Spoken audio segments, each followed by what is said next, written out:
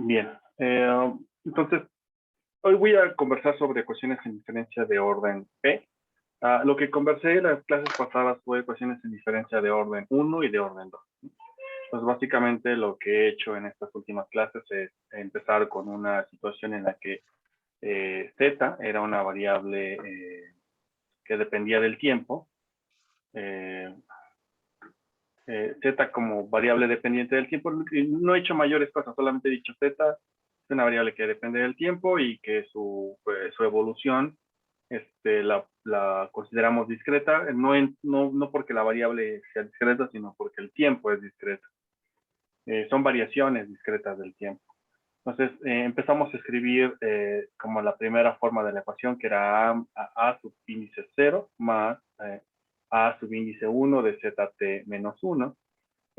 Luego hablamos de las ecuaciones de segundo orden, que eran de la forma a subíndice 0, a subíndice 1, zt menos 1, más a subíndice 2, zt menos 2, ¿no? Lo que voy a hacer ahora es generalizar estos procesos y lo voy a denominar como una situación en la cual en general vamos a enfrentar ecuaciones que sean de esta forma, que son de la forma a subíndice 0 más a subíndice 1, zt menos 1, más a subíndice 2, zt menos 2, más así hasta continuar a subíndice p, zt menos p. Entonces, esta es una ecuación en diferencia de orden p, puesto que tiene p coeficientes a 1, a 2 hasta a p. ¿Cuál es la única condición que le voy a pedir a esta ecuación? Es que el último elemento a subíndice p, el último,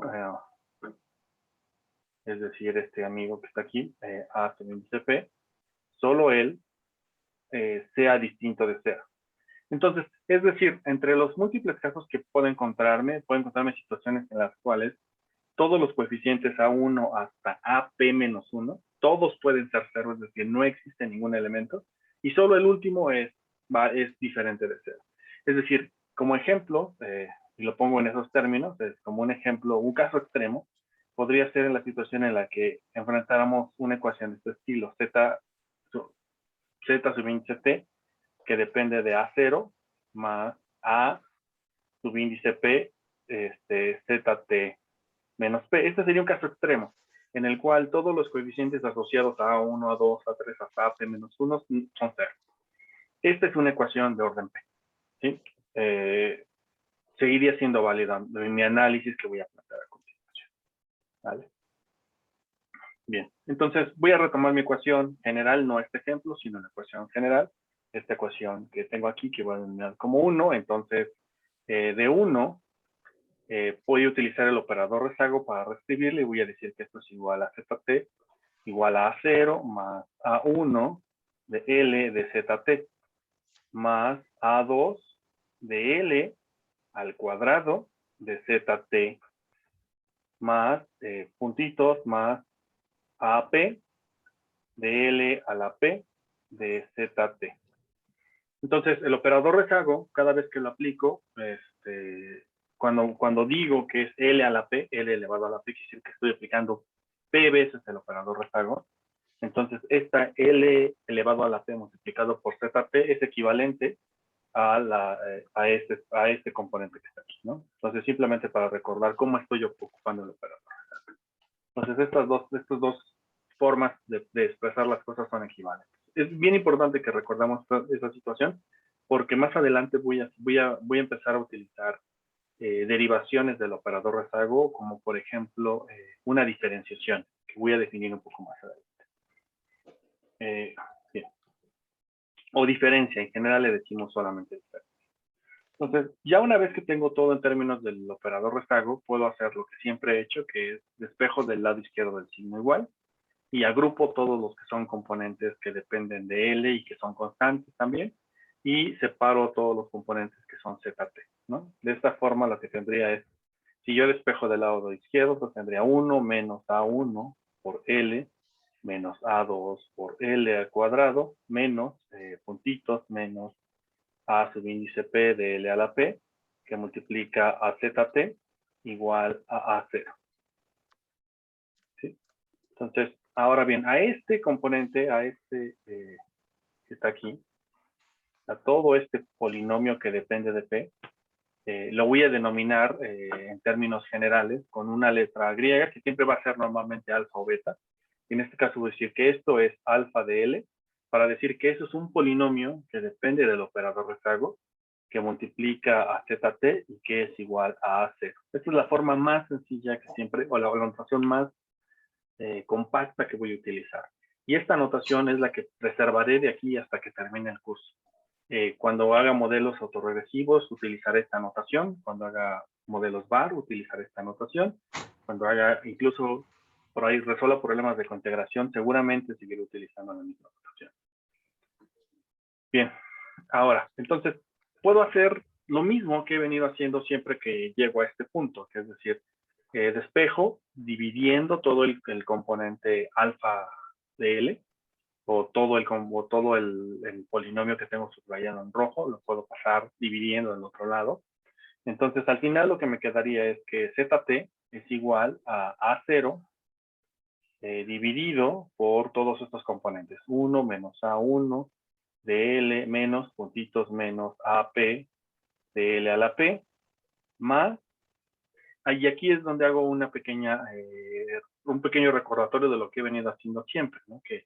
Y lo que he venido haciendo siempre es que una vez que hago esto, tengo que agregar componentes adicionales que están asociados con las condiciones iniciales. Entonces, si se acuerdan, cuando resolví el problema de una ecuación de diferencia de primer orden, o del orden 1, ¿cuántas condiciones iniciales necesitaba? Necesitábamos, ¿no? Ahora que estoy incorporando una nueva, estoy incorporando P componentes, entonces necesito P condiciones iniciales. Entonces, además de que necesito P condiciones iniciales, por lo tanto también voy a necesitar P términos, ¿no? Y esos términos los voy a escribir de la siguiente manera. Va a ser el término S1, que va a multiplicar a G1 elevado a la T, más S2, que va a multiplicar a G2 elevado a la T. Voy a continuar aquí abajo. Más puntos más SP multiplicado por GP, subíndice P elevado a la T, donde cada una de las S, S1, S2 hasta SP, depende de las condiciones iniciales. Y cada una de las G1, G2 hasta GP van a ser las raíces inversas del polinomio característico asociado. Cuando resolví el problema de segundo orden, resolví un polinomio característico de dos variables, ¿no? Entonces ahora lo que voy a tener es un polinomio característico de P variables. Entonces voy a tener P raíces de este polinomio. Entonces voy a escribir el polinomio, lo voy a escribir ahora en azul.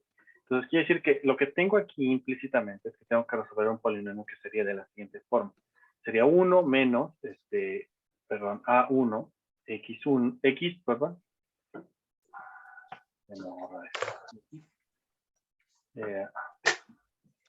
X, menos A2, X al cuadrado, menos puntitos, menos AP, X a la P igual a 0.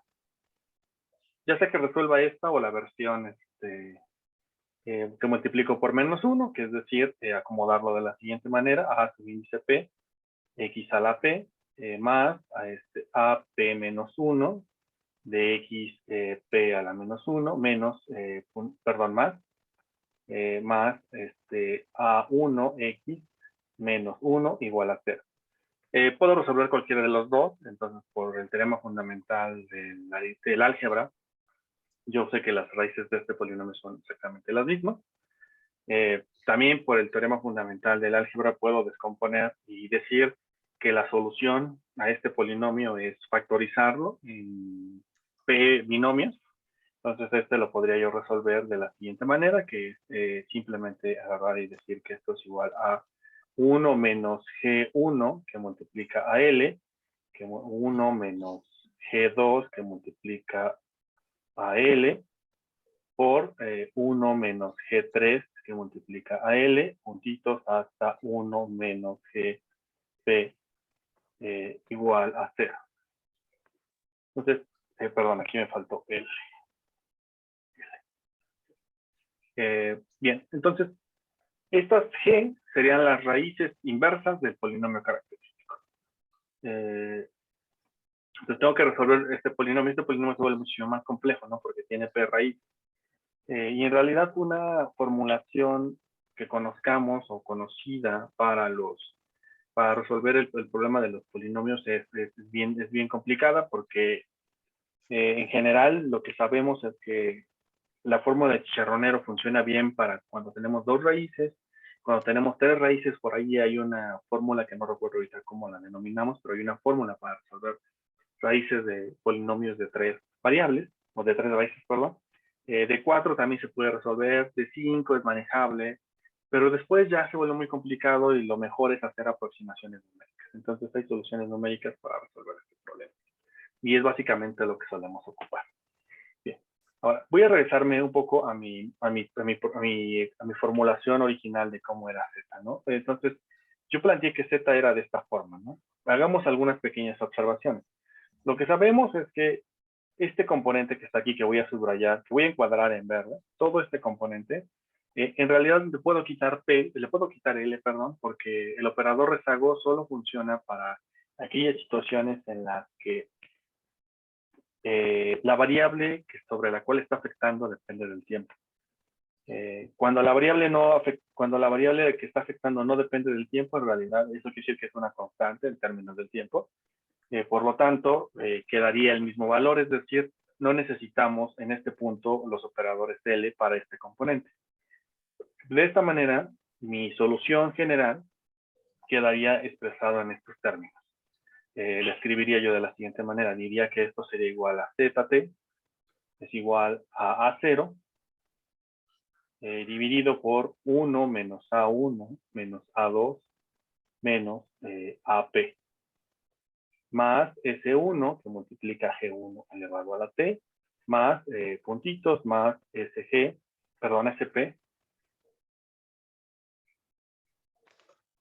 SP que multiplica a G subíndice P elevado a la T.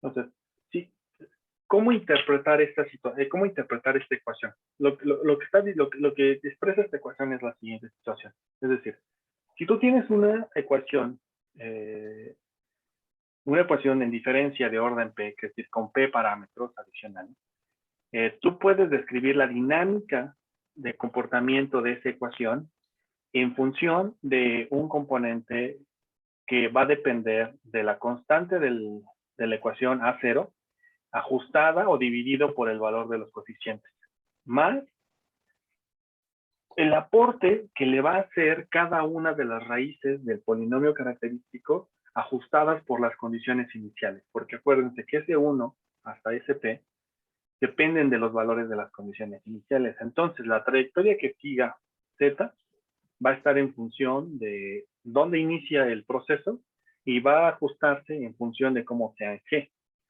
Ahora, en este punto, una de las cosas que tenemos que recordar es aquella cosa que yo le llamé condiciones de convergencia. Entonces, las condiciones de convergencia para estos procesos serán las siguientes y son básicamente las mismas que planteé para todos los casos. Las condiciones de convergencia simplemente son que cada una de las raíces G y sean en valor absoluto menor a 1. Para I igual a 1, 2, hasta P. Entonces, es decir, una vez que ustedes obtienen las raíces, recuerden que cada una de las GI es igual a la raíz que identifiquen inversa del polinomio característico. Cada una de estas en valor absoluto debe de ser menor a 1. Voy a recordar lo que comenté en la clase pasada. La clase pasada les dije, bueno, pero puede pasar que las raíces del polinomio característico no convivan o no estén dentro del espacio de los reales, sino que tengan una parte imaginaria, es decir, sean números complejos. ¿Qué pasa cuando las raíces del polinomio característico son complejas? Bueno, cuando las raíces son complejas, quiere decir que que la raíz del polinomio, la raíz xjésima, la que sea alguna, supongan que es compleja, sería de la forma u más v, que multiplica a i, como i el número imaginario. Acuérdense que i, le voy a ponerlo así, i es igual a la raíz del número menos 1. Entonces, como tenemos esta situación en la cual x puede ser una raíz imaginaria, entonces quiere decir que es su inverso. Es decir, que cuando yo tome g jésima, es decir, cuando yo haga 1 sobre xj, es decir, que será 1 sobre u más b de i. Esto también va a ser de la forma, voy a utilizar otra letra, w más otra letra, z, w,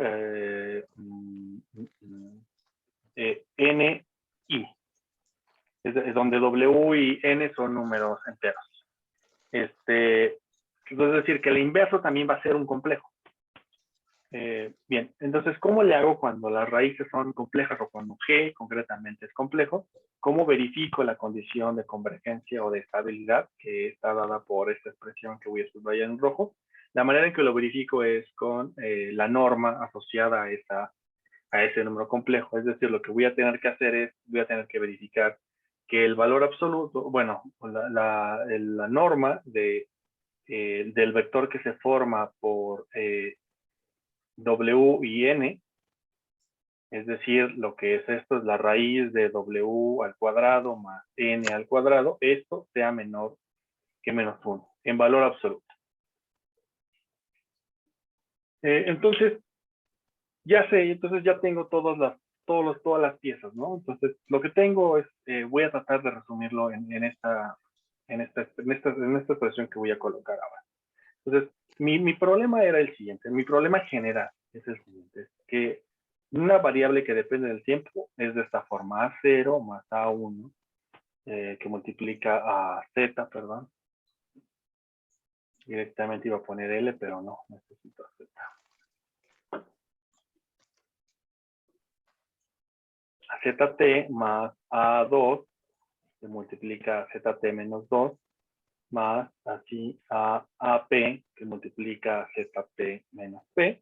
Cuando yo tengo una ecuación en diferencia que es de esta forma, yo sé que la solución general va a ser igual a A0 dividido entre 1 menos A1 menos puntitos menos AP, más S1, que multiplica G1 elevado a la T, más puntitos SP, que multiplica GP elevado a la T.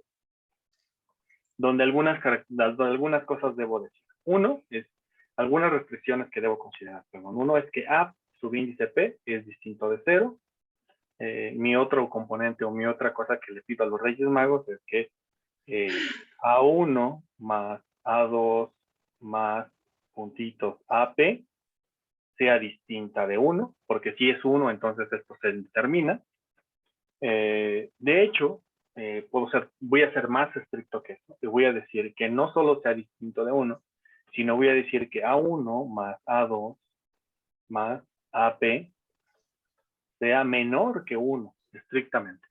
Es decir, no voy a permitir que, en valor absoluto, de hecho, en valor absoluto, no voy a permitir que los coeficientes A1 hasta AP acumulen más que 1. ¿Por qué razón necesito eso? Bueno, digamos que detrás hay una buena teoría algebraica que tiene que ver con la solución de la raíz del polinomio característico. Si no es así, más que la solución, con la raíz que va a generar. Estas dos condiciones que estoy imponiendo aquí van a garantizar que las raíces inversas, es decir, cada una de las GI, en valor absoluto sea menor que 1. Es equivalente. Yo puedo imponer la restricción que voy a poner aquí y marcar en verde, o imponer esta restricción, y cualquiera de las dos me garantizaría que al final del día el sistema converja a una trayectoria específica. Eso es básicamente por lo que impongo esta restricción. Bien, entonces, Ya lo único que nos quedaría pendiente es básicamente saber cómo es S1 y cómo es SP. Bueno, S1 y SP, todo este vector que se forma por S1, S2, todas estas constantes hasta SP, ese es un vector que se va a solucionar a través mediante un sistema de ecuaciones que va a resultar que va a depender de las condiciones iniciales. Entonces la solución va a ser una función de cómo sea Z0, cómo sea Z1, cómo sea Z2, hasta cómo sea ZP. Estas son las condiciones iniciales que necesito. ¿Sí? Bien, este es mi marco general. Y solo para cerrar mi idea de las ecuaciones en diferencia de orden superior, es siempre que yo le limite ecuaciones en diferencia de orden superior, voy a utilizar lo que les comenté y que se llamaba el círculo unitario y que tiene que ver con, ahora me lo voy a robar de una imagen para que sea más sencillo comentárselo, si ustedes puedan eh, lo puedan visualizar y no sea un dibujo todo mal hecho de mi parte.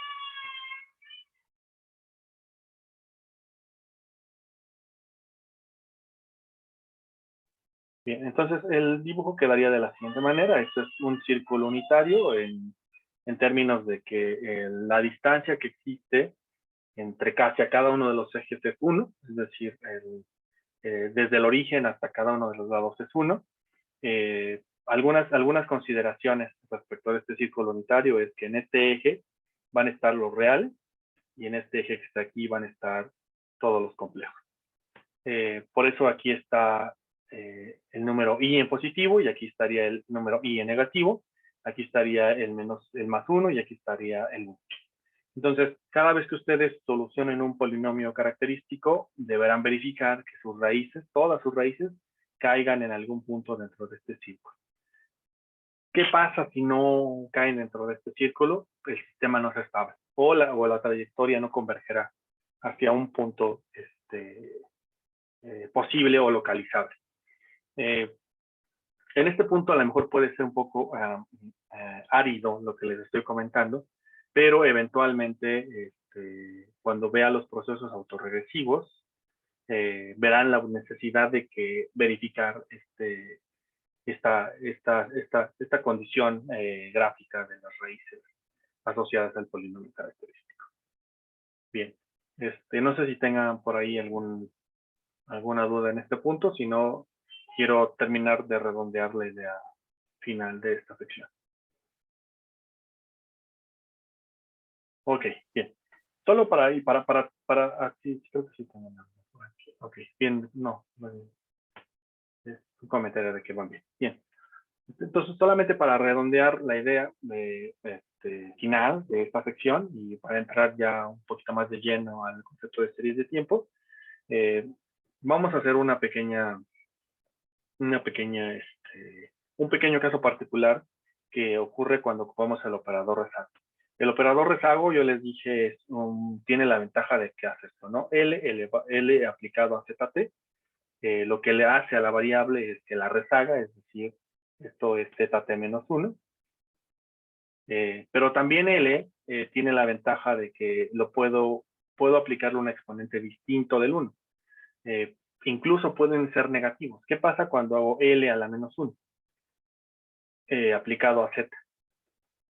Lo que va a hacer es, en lugar de rezagar, va a adelantar. Entonces esto es ZT más 1. De igual manera, yo puedo considerar un L a cualquier constante Q de ZT. Entonces esto sería igual a ZT menos Q.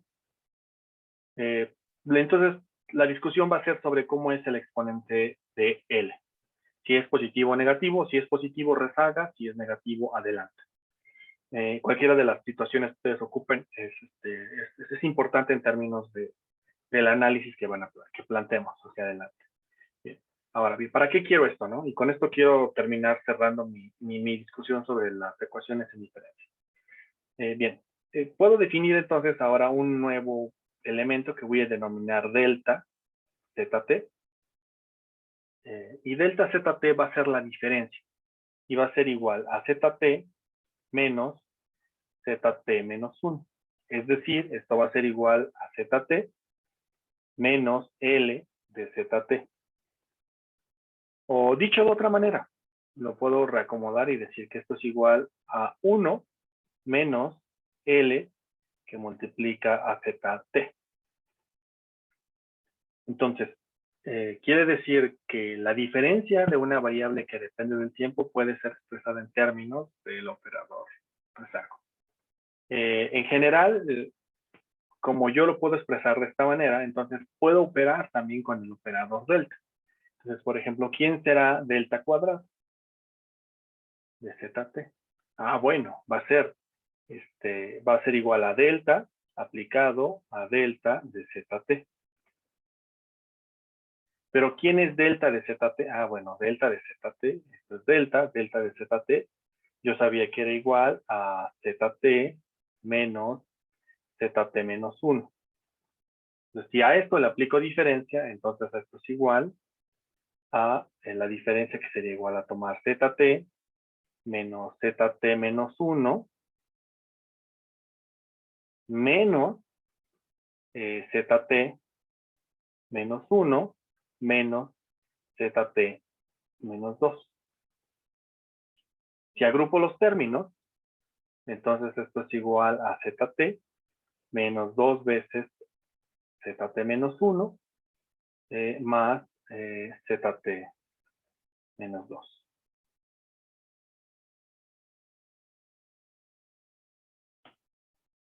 Entonces, puedo crear tantos operadores como yo quiera, en este caso particular delta. Hay otros operadores que se suelen ocupar. Nosotros no tanto porque no entramos al análisis más riguroso de las ecuaciones de diferencia. Las ecuaciones de diferencia son toda una rama del análisis de dinámica discreta. En realidad nosotros no entramos ya a ese análisis. Yo solamente me quedo hasta este punto. Y lo que quiero transmitir con este operador es que a veces voy a ocupar al operador rezago y a veces voy a ocupar delta. Cuando ocupe delta, normalmente va a ser delta elevado a la 1, no va a ser delta elevado a la 2. Y es un poquito más complicado tratar de interpretar qué es delta cuadrado. Delta 1 será la diferencia de la variable. Ahora bien, lo que sí puedo hacer es ser muy específico sobre la diferencia respecto de qué punto. Entonces, en algunos casos, por un tema de... Y lo voy a hacer explícito cuando lo ocupe. Por ejemplo, puedo crear notación y voy a decir que mi notación va a ser delta no elevado a la P, sino elevado al paréntesis P. ¿Esto qué va a significar para mí? Esto va a significar ZT menos ZT menos P. ¿Por qué es importante para mí poder definir este tipo de cosas? Porque a lo mejor lo que yo quiero hacer es comparar una variable que depende del tiempo, no respecto de su valor inmediato anterior, sino respecto de un valor más hacia atrás, ¿no? Por ejemplo, imagínense que quieren comparar el PIB de hoy, no con el PIB de hace un año, sino con el PIB de hace 5 años, ¿no? Entonces, la variación o la diferencia de ese PIB. Ahí no es tan claro, pero, por ejemplo, cuando son series mensuales, a lo mejor lo que quieren no es la variación de la serie mes a mes, sino quieren la variación de la serie de hoy con respecto del equivalente del año pasado. Ese es el caso de la inflación. Cuando comparamos los índices de precios, no solemos compararlos. Bueno, sí puede ser que sea comparable mes a mes, pero normalmente lo que queremos hacer es comparar la inflación anualizada y eso implica comparar el índice de precios hoy con el índice de precios de hace 12 meses. Es más o menos la idea también para estos operadores. Bien, con esto cierro toda mi discusión sobre ecuaciones de diferencia. En las notas trato de abundar un poquito más sobre ciertas características que tienen las ecuaciones de diferencia que no abundé aquí en la exposición. Si tienen la posibilidad, por favor, siéntense, revísenlo. Más adelante les va a hacer muchísimo más sentido ocupar estas ecuaciones. En este momento no, porque no solamente les estoy dando las bases del concepto de ecuaciones en diferencia. Lo que voy a hacer ahora es introducir el concepto de serie de tiempo y a partir de este momento ya empezaré a utilizar el conocimiento que hemos establecido en estas 3 últimas clases, ¿no? Bien, entonces antes de cambiar de tema, no sé si existe algún comentario o alguna duda que no haya solventado hasta este momento. Todo bien, profe. No, profe. De acuerdo, bien. Entonces voy a entrar ahora sí, voy a cambiar de tema y voy a entrar ahora a un nuevo tema que va a ser propiamente ya hablar sobre modelos de series de tiempo, y voy a hablar concretamente de una definición que es bien importante para mí, que es que en este caso la definición va a ser una definición sobre ergodicidad. Ahora digo qué es eso. Y otra cosa que es bien importante, que es estacionariedad.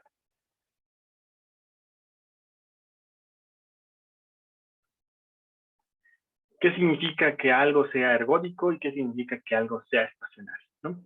Esos dos conceptos están sumamente ligados, y ahora voy a tratar de introducir la discusión sobre qué significa cada uno de ellos, ¿vale? Bien. Entonces, a partir de este momento ya, digamos, podemos decir que ahora sí ya inicia el curso de series de tiempo. Lo que vimos hasta las 3 últimas clases en realidad fueron como los fundamentos del análisis de series de tiempo, y más que los fundamentos, las bases matemáticas que necesitaríamos. De aquí en adelante voy a ocupar hasta algunos resultados que planteé, y voy a asumir que ya más o menos los conocemos, ¿no? Pero me puedo regresar si fuera necesario también. Eso no implica que no podamos conversar sobre alguna duda que pudo haber no quedado claro de las secciones anteriores. Bien, entonces voy a empezar mi discusión con lo siguiente, con qué es una serie de tiempo, ¿no? Bien. Entonces, lo primero que voy a hacer es cambiar de notación. Lo que yo venía yo haciendo era decir que ZT era una variable, así lo voy a poner, que dependía del tiempo, ¿no? Que depende de T. Y T, normalmente yo había dicho que T tenía variaciones, es decir, que las variaciones de T eran en una unidad, ¿no? En una unidad de tiempo, las que fueran. Entonces, la dinámica de ZT estaba en términos de variaciones del tiempo en una unidad. Ahora, lo que voy a hacer es cambiar de notación y voy a utilizar de ahora en adelante la letra X. Y va a ser XT. Y esta, cuando yo utilice XT, me voy a referir a una serie de tiempo. ¿Cuál es la diferencia respecto de Z? Mucha, muchísima. De hecho, hay un abismo de diferencia entre hablar de una serie de tiempo y de una variable que solo depende del tiempo. ¿Cuál va a ser la diferencia? Es que le voy a meter aleatoriedad al problema.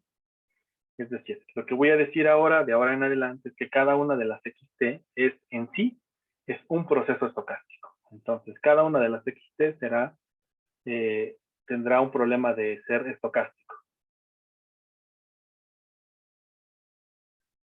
Bien, ¿cómo le voy a meter esa variabilidad o esa variación que le da que sea estocástico este proceso? Bien, de la siguiente manera. Voy a decir, por ejemplo, que la serie de tiempo está dada por una colección de observaciones de una variable que puede cambiar en cada momento y que puede tomar valores aleatorios en cada momento. Es decir, voy a tener una familia que va a ser X1, va a ser X2, hasta X subíndice T mayúscula, y voy a decir que esto es una serie de tiempo,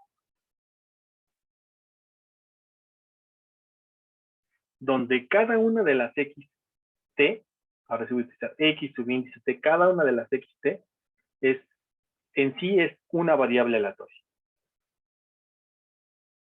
Una variable aleatoria que tiene ciertas características, tiene media, tiene varianza, y por lo tanto tiene un soporte donde puede ocurrir. Le podemos dar una formulación probabilística a esa variable.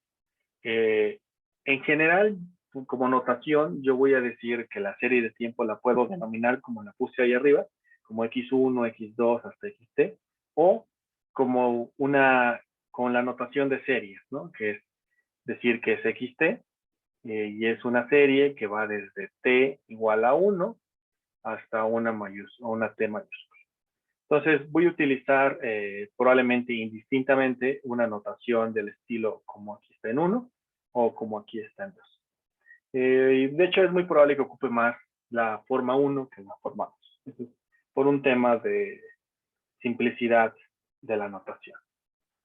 Bien, ahora, ¿qué otras cosas quiero destacar del concepto de serie de tiempo?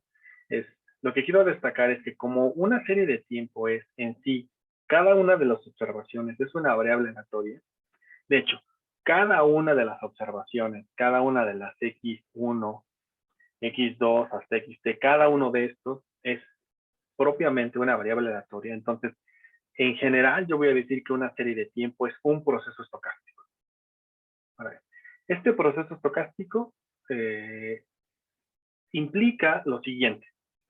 Implica que cuando yo hablo de análisis de series de tiempo, es decir, cuando yo hablo de una colección de observaciones del proceso estocástico, en realidad de lo que estoy hablando es de lo siguiente.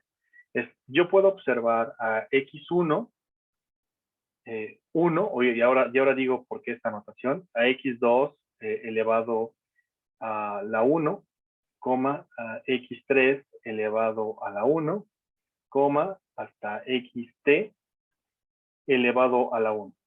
Y voy a decir que esta serie de tiempo o este proceso es derivado de una de las posibles trayectorias del proceso estocástico. La trayectoria que indexo con el número 1. Entonces, es una trayectoria, es una de tantas, la que yo indexé con el número 1. Pero eso implica entonces que hay otra trayectoria, X1, elevado a la paréntesis 2, X2 elevado a la paréntesis 2, X3 elevado a la paréntesis 2, puntitos, XT elevado a la 2. Donde la segunda línea es el proceso estocástico, pero visto en qué hubiera pasado si tomó la trayectoria 2. ¿Sí? Porque esto es un proceso estocástico, es decir, en cada momento la serie puede tomar diferentes valores. Eso significa que cada una de las observaciones sea una variable aleatoria. En general, yo puedo decir que si yo podría observar todas las colecciones posibles hasta llegar a una colección, hasta llegar a un último, que sería X1, elevado a la J, X2 elevado a la J, así hasta XT elevado a la J.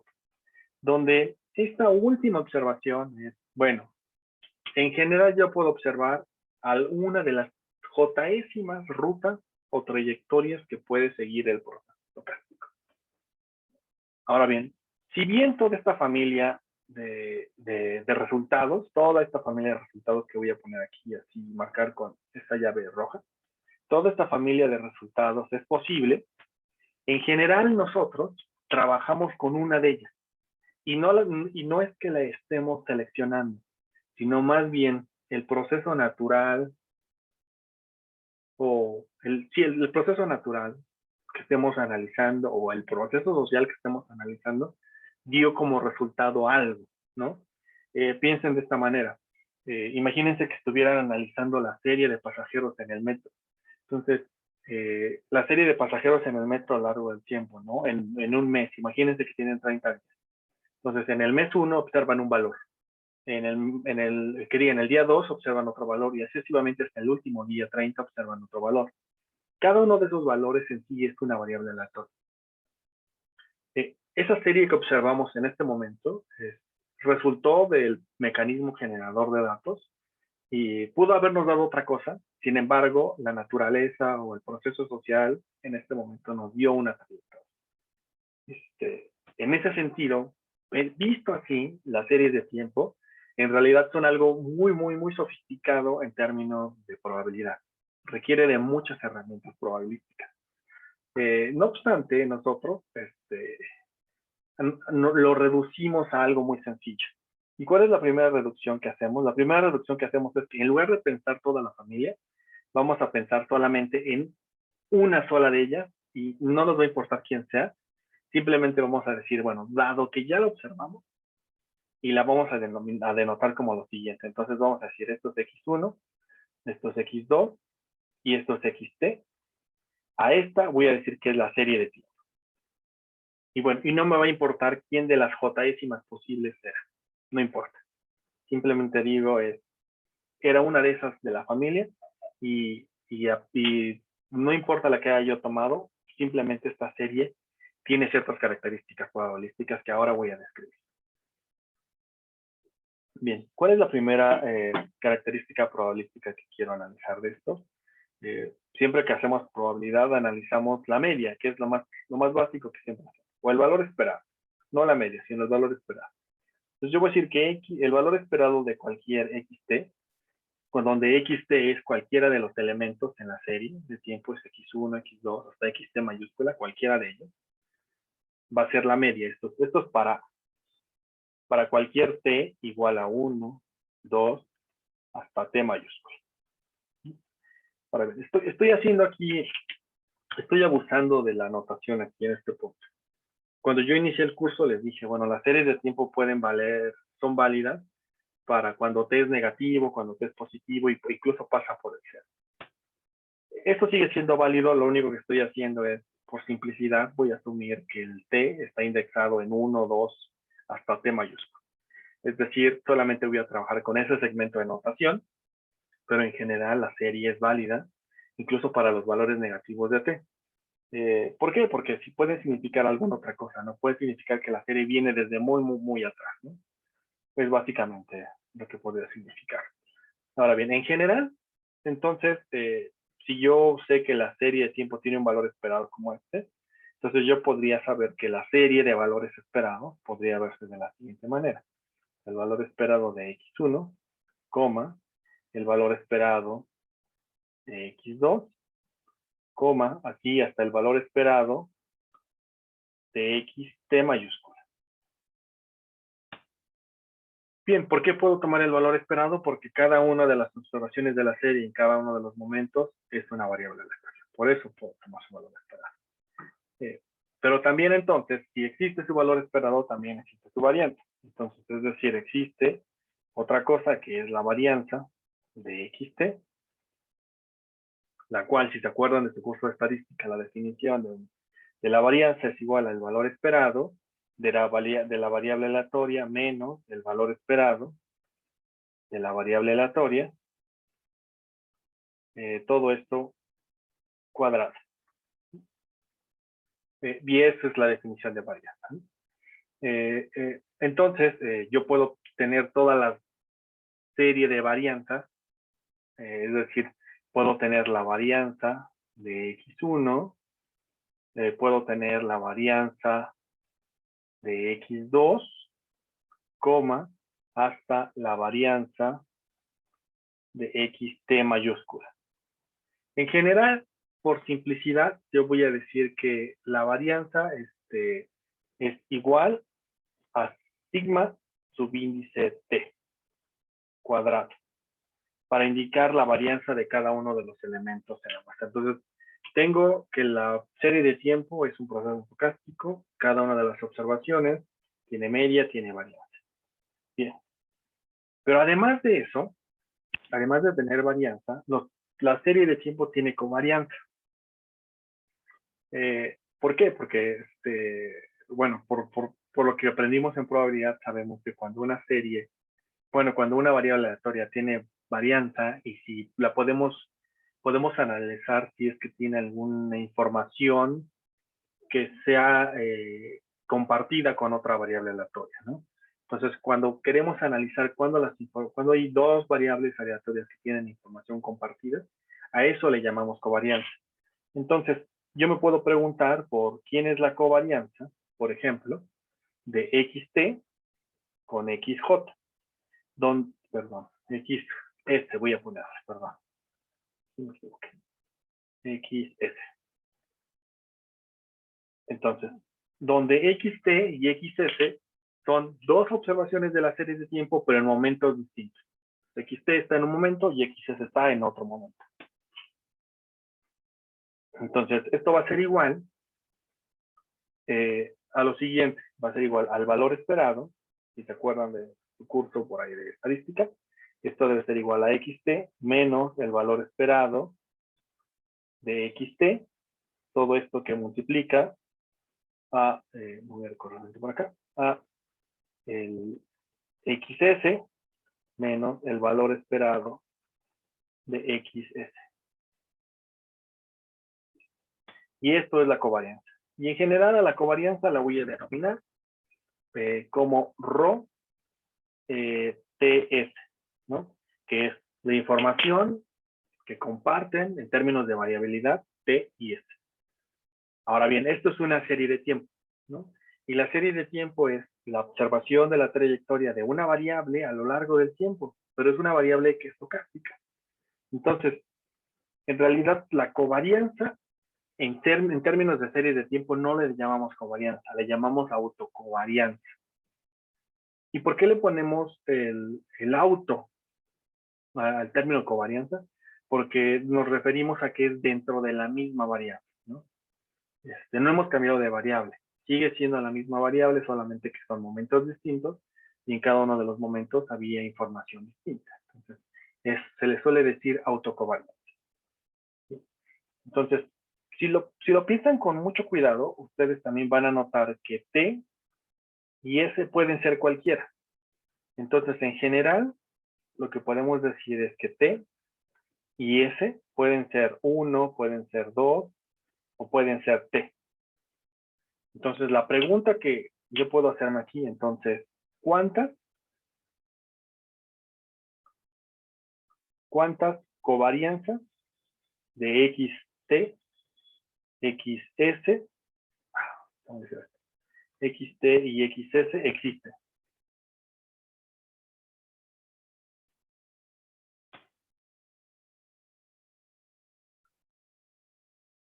Es una pregunta interesante. ¿Cuántas covarianzas existen entonces? ¿Algunos de ustedes tienen alguna idea? ¿Una propuesta? Bueno, si no, no pasa nada. Vamos a plantearlo. ¿Cómo solucionarlo? La manera de solucionarlo sería la siguiente. Bien. Yo sé que varianzas, me voy a rezar, a varianzas solo existen T mayúscula, T varianzas. ¿Por qué? Porque es la varianza de la variable aleatoria en cada momento. ¿Cuántos momentos hay? Hay T mayúscula. Ahora, la covarianza es lo complicado, ¿no? Entonces, ¿cuál es la manera más sencilla de solucionar este problema? Es pensarlo como una matriz. Entonces, fíjense, vamos a pensarlo como una matriz. Fíjense, aquí voy a poner la varianza de X1. Entonces, aquí justamente al lado voy a poner la covarianza de X1 con X2. Y luego al lado de este voy a poner la covarianza de X1 con X3. Y ya, ahí me detengo. Y porque podría yo seguir hacia adelante. Luego, en el siguiente renglón, entonces, vamos a pensar que esta es la información de la variable en el momento 1. El siguiente renglón va a ser la información de la variable en el momento 2, cuando t vale 2. Ah, bueno. Entonces voy a empezar por la varianza. La varianza de x2 la voy a poner aquí. Y aquí en el punto inmediato anterior voy a poner la covarianza. Y va a ser la covarianza de x2 con x1. Y aquí al lado de esta voy a poner la covarianza de x2 con x3. Luego, el renglón 3, vamos a decir que es de la información de x subíndice 3. Entonces, aquí voy a tener la covarianza de x3 con x1. Luego voy a tener la covarianza de x3 con x2. Y el segundo tendría que ser la varianza. No puede ser la covarianza, sería la varianza de x3. Entonces, si yo sigo extrapolando mi ejemplo, me voy a dar cuenta que hacia aquí abajo podría yo continuar y tendría entonces hasta el último tendría yo la covarianza de x subíndice t mayúscula x1. De igual manera, si me voy al renglón 1, podría yo, si yo continúo hacia acá adelante, me daría yo cuenta que al último, en el último elemento tendría yo la covarianza de x1 con xt. También, si me doy cuenta, todos los elementos de la diagonal son la varianza. Quiere decir que hasta aquí el último de aquí sería la varianza de xt mayúscula. Y aquí podría yo cerrar mi matriz. Entonces, y podría yo rellenar todos estos huecos que están aquí con todas las combinaciones que ya vi. Entonces, si ustedes se dan cuenta, aquí tengo la covarianza de x1 con x2. Y aquí tengo la de x2 con x1. Pues bueno, yo sé, por cómo formulé la covarianza, es decir, me voy a regresar a mi fórmula de la covarianza. Yo dije que la covarianza de cualquier variable xt con xs es igual a este producto. Entonces, yo sé, por aritmética, que puedo intercambiar los valores y no altero el producto. Entonces, podría yo cambiar a todo este componente al principio y a este segundo componente al final, es decir, poner xt y xt al final y al principio xs y xs.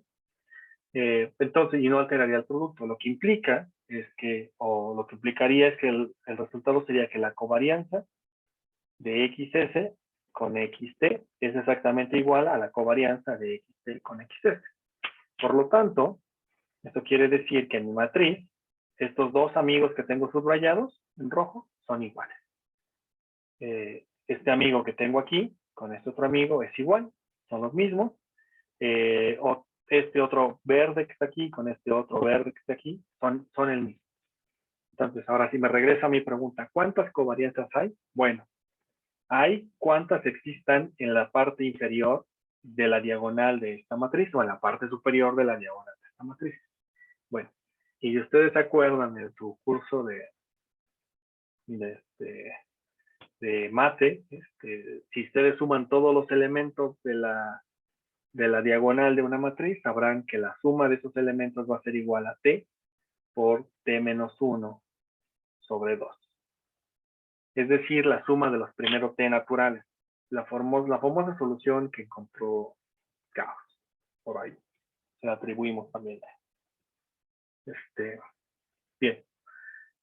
¿Alguna duda con lo que he planteado hasta ahora? No, profe. Bien.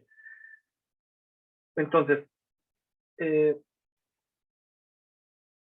entonces, ahora ya que tengo esta información, voy a plantear lo siguiente.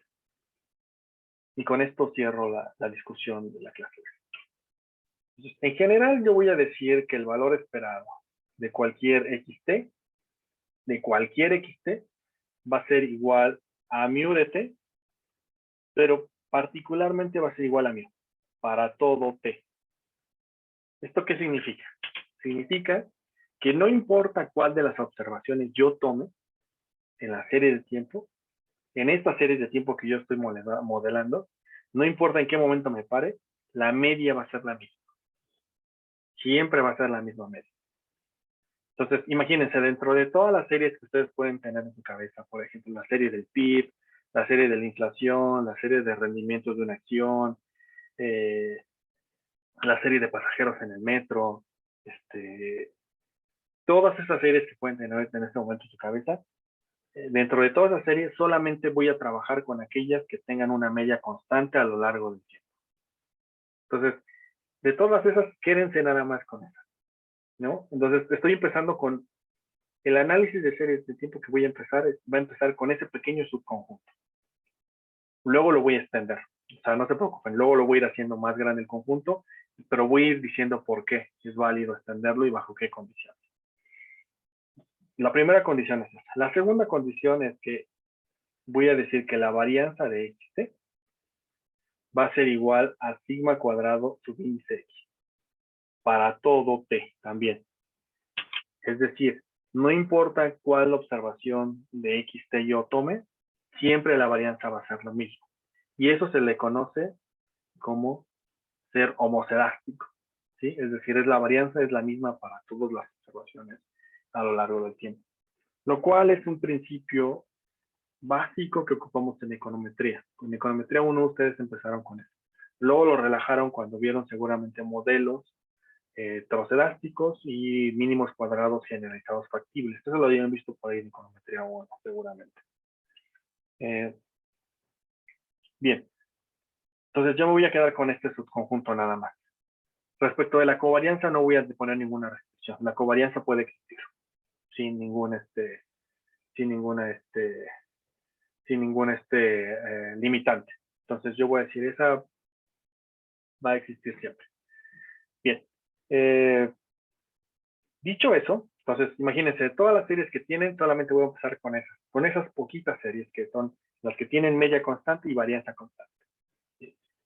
¿Cómo se ven esas series? Y antes de continuar, se ven más o menos así. Si ustedes lo pensaran, si ustedes lo piensan en términos de un dibujo, dirían, bueno, ¿cómo sería esa serie? Pues vamos a suponer que tienen dos ejes, por aquí tienen el tiempo y por aquí tienen el valor de x. ¿Cómo se vería una serie que tenga media constante? Es decir, que el valor esperado de x de t sea igual a mí. Pues, entonces quiere decir que esta serie debería de estar alrededor de este punto. Y este punto es mío. Disculpen mis rectas chuecas, pero bueno, un poquito. No sé, los dibujos no son los míos, perdón.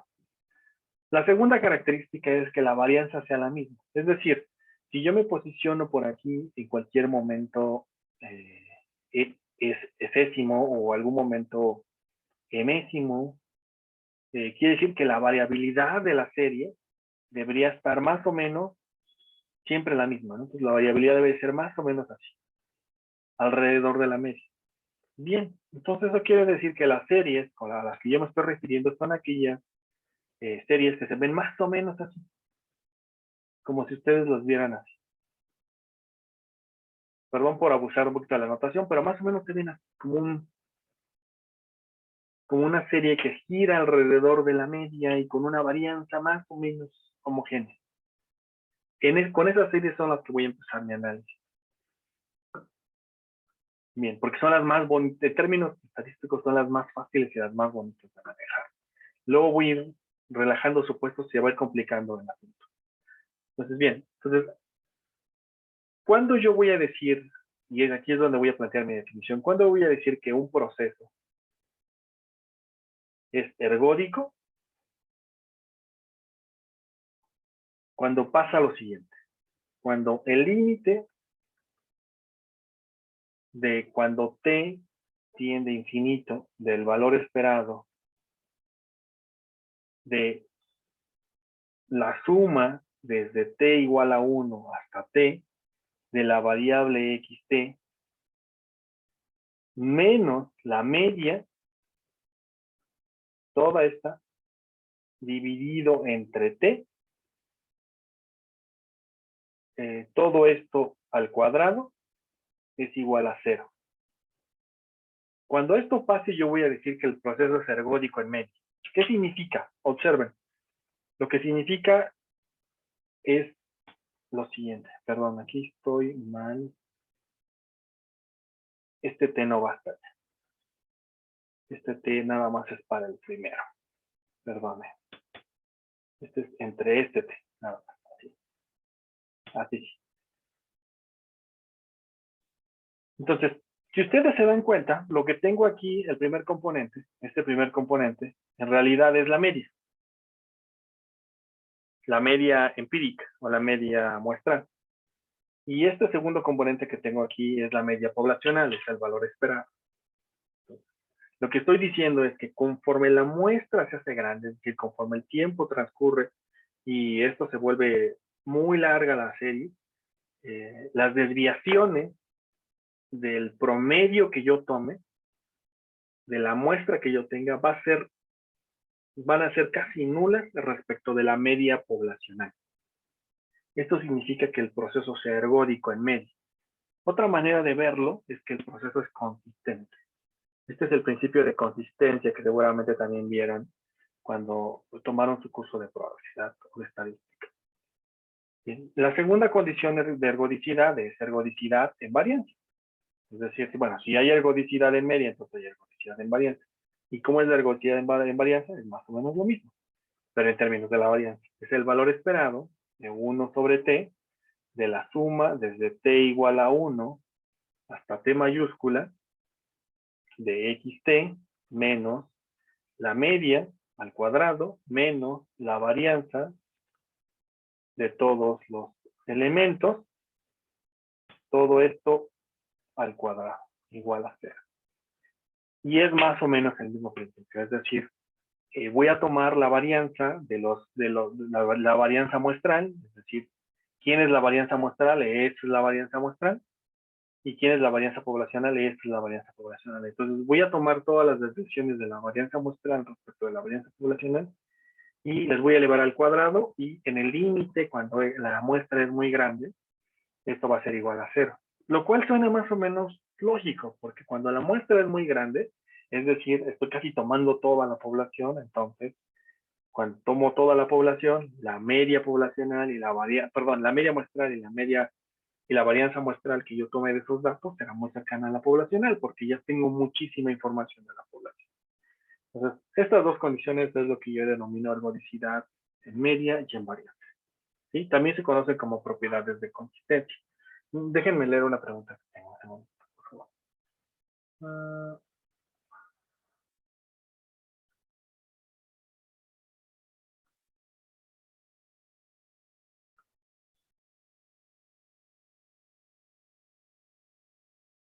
Ok, tengo una pregunta de Andrés que me dice, bueno, pues, que es una pregunta muy válida, ¿no? De qué significa en general el término ergodicidad y cuál es la consecuencia de que una variable no sea ergódica, o que una serie no sea ergódica. Bueno, la consecuencia inmediata de que no lo sea es que en realidad, conforme el tiempo va creciendo, la serie se va a desviar de la trayectoria promedio.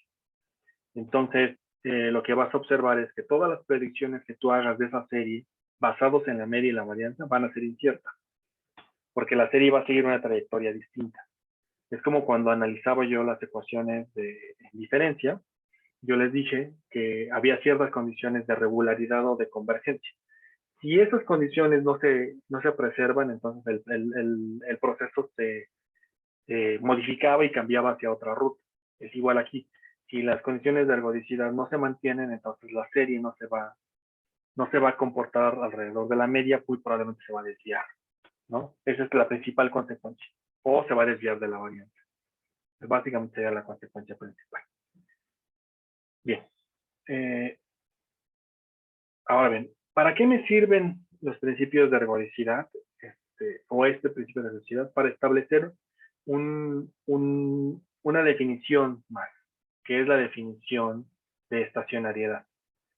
Y la definición de estacionariedad es relevante por una cosa muy sencilla, que es, yo en general voy a trabajar con series estacionarias. Entonces, por lo tanto, necesito que